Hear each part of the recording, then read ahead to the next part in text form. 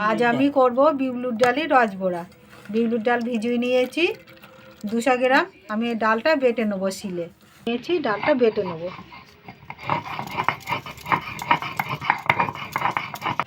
এগুলো আমার বাটা হয়ে গেছে, এরকম করে বাটতে হবে।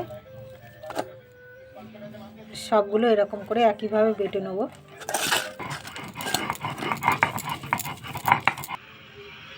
সবগুলো আমার হয়ে গেছে, আমি এবার তুলে নেব। স্বাদ মতো লবণ দিয়ে দেবো, ভালো করে মেখে নেব।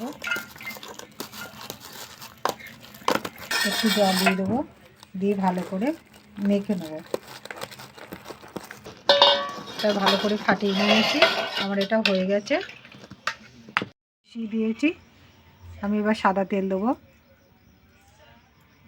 তেলটা গরম হয়ে গেছে, আমি এবার বড়া ভাজবো।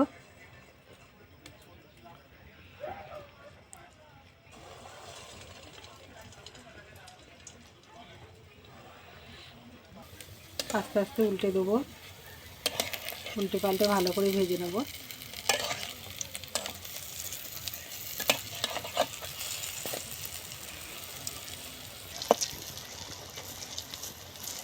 তো এইগুলো আমার ভাজা হয়ে গেছে, আমি এবার তুলে নেব। দেখুন কি সুন্দর হয়েছে।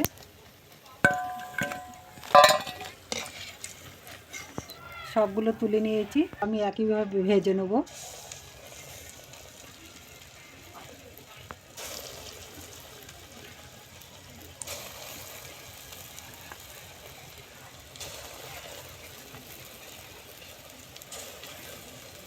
এবার তুলে নেব।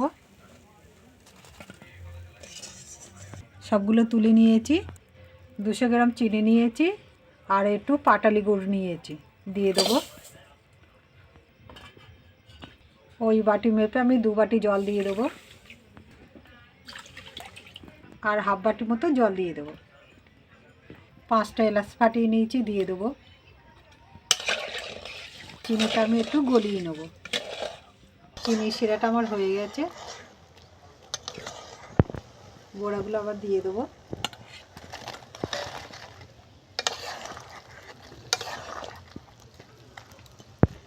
কড়াটা আমি উনুন থেকে নামিয়ে নেব, নিয়ে 20 মিনিট পর দেখাবো।